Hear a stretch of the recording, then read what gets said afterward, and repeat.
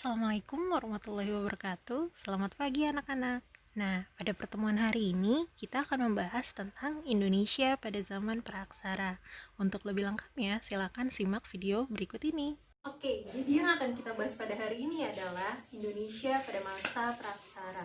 Ada dua materi yang akan kita bahas pada hari ini. Yang pertama adalah proses perkembangan bumi sampai dengan munculnya makhluk hidup. Yang kedua, corak kehidupan dan juga hasil-hasil budaya manusia Indonesia pada masa praaksara. Nah, untuk yang pertama tadi adalah perkembangan bumi. Kita akan membahas berdasarkan ilmu geologi, ada 4 tahapan perkembangan bumi, dimulai dari masa Arkaikum sampai dengan nantinya masa Neozoikum. Nah, kemudian ada juga perkembangan makhluk hidup. Dan yang terakhir adalah kita akan membahas tadi, sudah Ibu bilang, adalah corak kehidupan serta hasil-hasil budaya manusia pada masa praaksara. Oke, sebelum kita bahas keempat tahapan yang di atas tadi, kita akan membahas dulu ada sebuah istilah yang bernama The Big Bang Theory. Nah, apakah kalian tahu bagaimanakah proses terbentuknya alam semesta? Para ilmuwan meyakini awal mula terbentuknya alam semesta termasuk bumi kita ini dimulai dari adanya suatu ledakan dahsyat yang juga disebut dengan The Big Bang Theory. Ledakan dahsyat ini yang melontarkan materi dalam jumlah yang sangat besar ke segala penjuru alam semesta. Materi inilah yang kemudian akan mengisi alam semesta dalam bentuk bintang, planet, debu kosmis, asteroid, meteor. Singkatnya, ledakan dahsyat inilah yang membentuk sistem tata surya. Salah satu hasilnya adalah planet bumi yang kita tinggali pada saat ini. Oke, jadi sekarang kita akan membahas tentang proses perkembangan bumi berdasarkan ilmu geologi.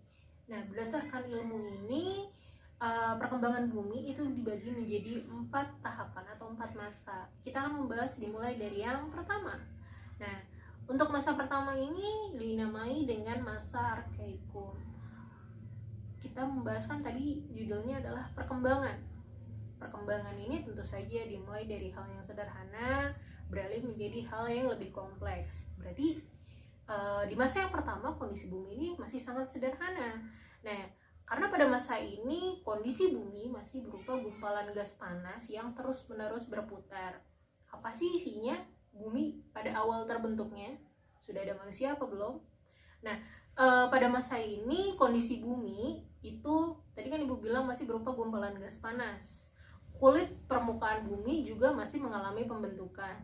Nah, kondisi suhu atau temperatur bumi masih sangat panas sehingga pada masa ini tidak mungkin atau tidak memungkinkan bagi makhluk hidup untuk muncul.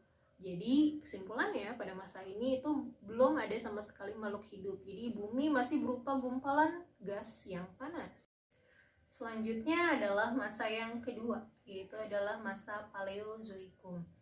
Pada masa ini mulai muncul kehidupan untuk yang pertama kalinya. Kenapa? Karena pada masa ini kondisi bumi sudah jauh lebih stabil dibandingkan dengan masa sebelumnya. Suhu bumi yang sebelumnya masih sangat tinggi atau masih sangat panas, pada masa ini sudah berangsur-angsur mulai mendingin.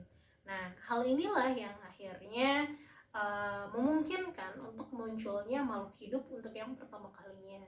Tapi kalian jangan menganggap bahwa pada masa ini makhluk hidup seperti manusia sudah muncul. Belum. Makhluk hidup yang seperti apa yang ada pada masa Paleozoikum ini? Yang pertama adalah sejenis hewan bersel satu atau yang biasa kita sebut dengan mikroorganisme. Kemudian ada juga sejenis ikan tak berahang. Kemudian ada juga tumbuhan dari jenis ganggang. Nah, jadi pada masa ini masih hewan-hewan yang masih sangat sederhana bisa dibilang. Jadi hewan-hewan seperti mamalia, kemudian juga manusia, kera belum muncul pada masa ini. Oke, selanjutnya adalah masa yang ketiga, yaitu Mesozoikum. Zaman ini dikenal juga dengan zaman reptil.